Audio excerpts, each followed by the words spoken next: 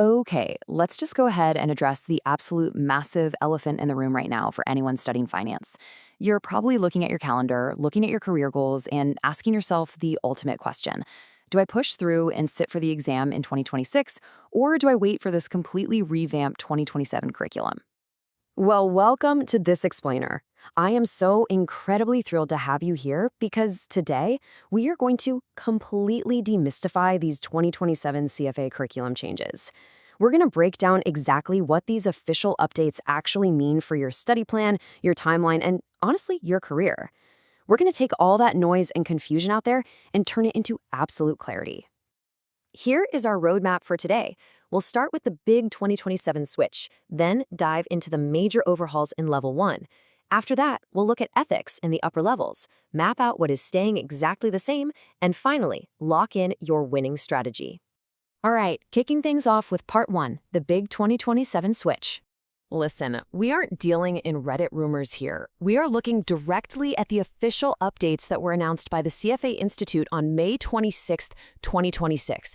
These changes are locked in. They officially take effect for all exams starting in the February 2027 window. It's pretty black and white. If you sit in 2026, you're on the old curriculum. Sit in February 2027 or later, and you are officially in the new era. So where is all this change actually happening? Well, almost all of the curriculum growth is heavily concentrated right at Level 1.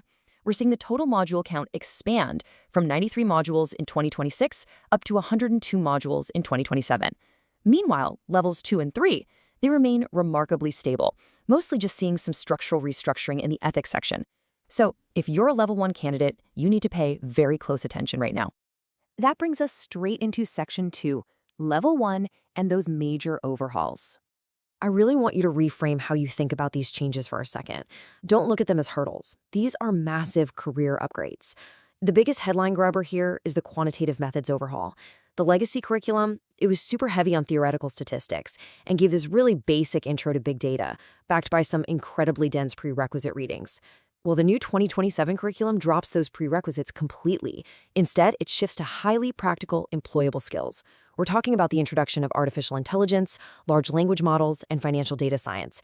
And honestly, the best part is that you'll learn to implement Monte Carlo and historical simulations hands-on using Excel and Google Sheets. This is just a massive leap from pure theory into modern fintech reality. Now, to support this highly practical shift, the CFA Institute is introducing interactive online lessons. They're calling them Equation Explorers, and they're starting this off with the time value of money. So instead of just staring blankly at a complex formula and trying to memorize it, you can actually go in, dynamically adjust the key variables, and instantly see how the tables and graphs shift in real time. It literally rewires your brain from rote memorization to true conceptual understanding. And trust me, that is exactly what you need to survive those tricky, nuanced exam day questions. Then we have the second major overhaul, equities. This section jumps from 8 modules to 12. We are completely moving away from broad textbook overviews. In fact, market efficiency has been dropped entirely from Level 1. In its place, the new curriculum is laser-focused on actual real-world analyst workflows. You'll dive deep into discounted cash flows, learn the distinct differences between buy-side and sell-side research, and figure out how to actually write an equity analyst report. It's essentially designed to prepare you for the actual day-to-day work you do in an equity research role. Moving right along to Section 3, Ethics and the Upper Levels. Okay, so the crucial thing to understand here is that the core ethical rules haven't actually changed, but the structure, that's been totally revamped based on the version 12 handbook. Instead of one massive, intimidating reading, ethics is now cleanly split into one dedicated module per standard. Because of this split, Level 1 ethics grows from about 5 modules to roughly 10. And here is a huge update for Level 1 candidates.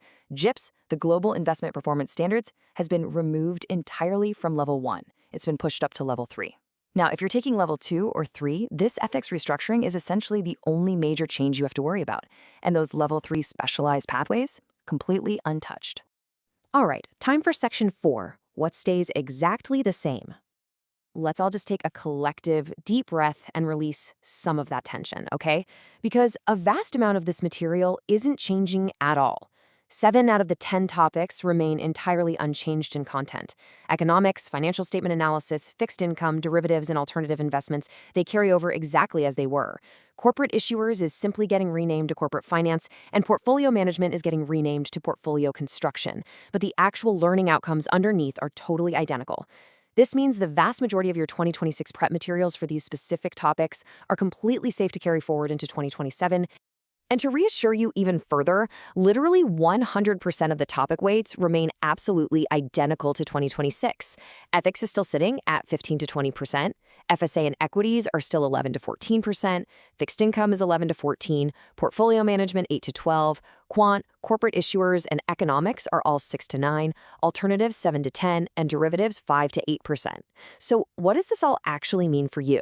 It means your mock exam strategies, your time allocation, and your overall study prioritization do not need to change one bit. The game board is exactly the same, they just updated a few of the pieces. Which leads us perfectly into Section 5, your winning strategy. It's time for the attack phase. You have got to pick your exam window carefully. Both August and November 2026 are tested on the current 2026 curriculum.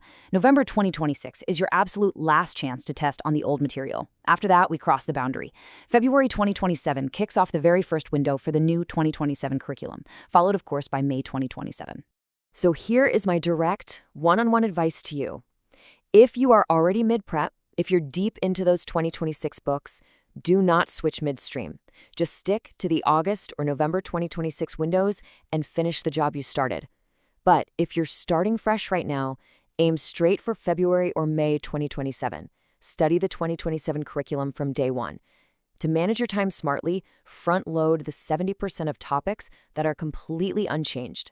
Oh, and here's a critical date you need to circle on your calendar.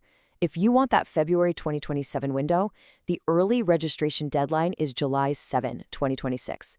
Hitting that deadline literally saves you $350, so don't miss it. Look, if you're feeling a bit overwhelmed by the idea of having to learn new material, I totally get it. But flip the script for a second. This new material, it equals resume boosters. Treat this updated curriculum as a career gift, not just exam trivia to cram and forget. That new quant reading covering AI, large language models, and Excel simulation is insanely employable. When you pair all of that with the mandatory Python practical skills module, you are literally building the exact analytical skill stack that the modern finance industry is aggressively hiring for right now. Which leaves us with one final, incredibly important question to ask yourself as we wrap up this explainer. Look closely at your own personal career timeline right now. Are you going to put your head down and sprint to finish in 2026? Or are you going to embrace the changes and totally upgrade your analytical toolkit in 2027? The choice is entirely yours, but now you have the exact roadmap to make the right decision. Thanks for joining me on this explainer, and happy studying.